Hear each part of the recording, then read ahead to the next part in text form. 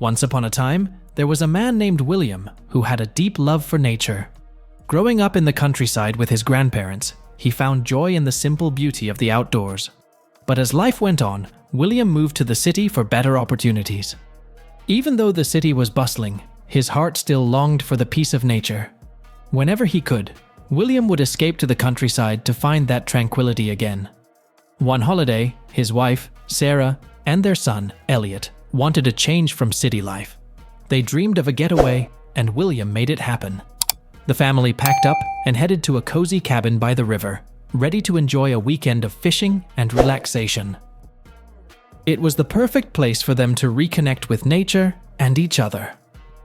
William, with his family all set, loaded up their car early in the morning, excited for their trip. They weren't surprised when traffic slowed them down, but they stayed in good spirits. After finally leaving the busy city, they drove through thick forests and past small villages. They stopped a few times to stretch their legs and enjoy the lovely views. The day passed quickly, and as the sun went down, the sky grew dark and rain started to fall. With 2 hours still ahead, William carefully drove on the wet roads. Sarah sat beside him, quietly enjoying the ride, while Eliot slept in the back seat, tired from the day's fun. As they drove, William noticed that Eliot had unbuckled his seatbelt while asleep. Worried, he pulled over to the side of the road. Stepping out into the rain, William quickly got soaked as he gently buckled Eliot back in, making sure his son was safe for the rest of the trip. But as he turned to head back to the driver's seat, something caught his eye, a small dark shape lying in the middle of the road. Curious, William moved closer and saw it was a fox, motionless and covered in mud. His heart sank. The poor fox had been hit by a car and left to suffer in the rain. William felt a wave of sadness and anger, wondering how anyone could be so cruel as to leave an injured animal to die. Determined to help, William knelt beside the fox, gently trying to wake it. The fox's eyes fluttered open briefly, but quickly shut again, its breathing weak and labored. Sarah, noticing William's absence, came over to see what was happening. Eliot, now awake, also stepped out of the car. His eyes filled with tears as he saw the injured fox, and he rushed to its side, his young heart breaking at the sight. William explained to Eliot that there wasn't much they could do. The nearest veterinarian was miles away, and the fox's injuries looked really bad. Despite this, Eliot's determination was unwavering.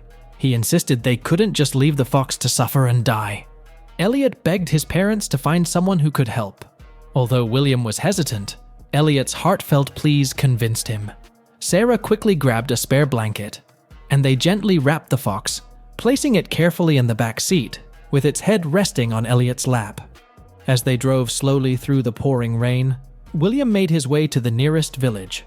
It was a small, quiet place, and the few locals they met pointed them to an elderly woman known for her special connection with animals. She wasn't a vet, they said, but she was their best hope. When they reached the woman's home, William knocked on the door urgently. The woman, surprised but kind, listened to William's story. She took one look at the injured fox, her expression turning serious with concern. "Bring it inside," she said. The family carried the fox into the warmth of her home, gently placing it on a soft rug, hoping she could offer the help they desperately needed. The old woman carefully examined the fox, her hands moving with skill as she checked its injuries.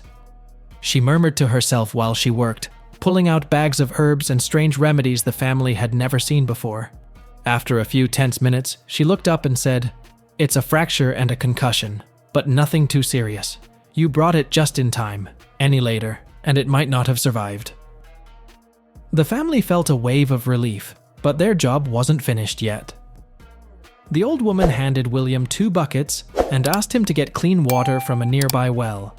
She told them to leave the buckets by her door when they returned and to rest for the night, assuring them she would take care of the fox.